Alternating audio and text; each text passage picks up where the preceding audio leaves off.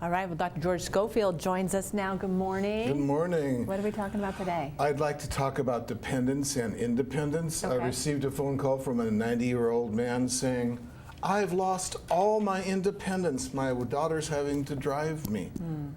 He's very black and white about it. Once he thought he had lost even a little bit of it, it was like it was all gone. I also received a call from his daughter saying, I don't want him to be dependent on me. I understand he wants his independence, but he can't do all these things. I need to be able to help him. Right. So what is the what is the word I'm looking for? Yeah. What is the butt of the independence? Yeah, versus what's really dependence? going on here? Where does it stem from? It stems from our need for control, which That's is it. lifelong. Did you ever have a struggle with your parents when they set hours for you, or do your kids have a bit of a struggle if you set hours for them? I think that's where we're at right now. Aha! Very much so. And we also have control that comes up when we have to be at work for a particular time and Yeah, our boss that's true. checks. And when we're in school, we also need to be in class by a certain time. Yeah. We really have this need for control, and it takes all kinds of other masks, one of which is dependence and independence. But it's very hard. It's about control. So where does that come from? That comes from our history. Yeah. So who were your heroes when as a nation, we had rebels who took control and started a nation? We had cowboys, we've had astronauts, we've had people who independently broke rules and created companies in Silicon Valley. We're a nation that's pretty big on control. True. Yeah.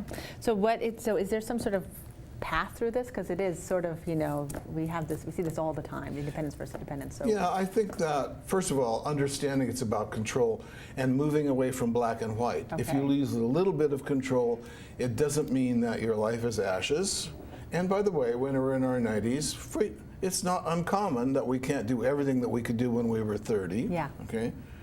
The real steps are to begin to think about it early. If you're 90, that's probably not the time to start working with notions of control and independence. In our 50s, 60s, and 70s, that's really the time to start. So I'll give you my own example. My sons and their spouses and families live in California. I know that I'm going to become someday more reliant on them than I have been in the past. So it's important when they come here or when we go there that we sit down and we begin to plan and talk about it and write it down. So one, identify who you'd trust.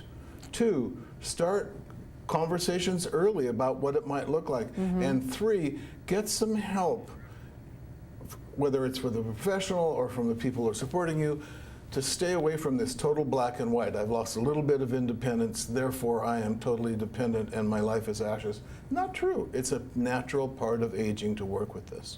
Okay. Okay. Always great tips. Go to Dr. George you said find someone. Well, we got you. So thank you so much. That's right. You're welcome. I'll see you next week. Okay, stick around. We're back right after this.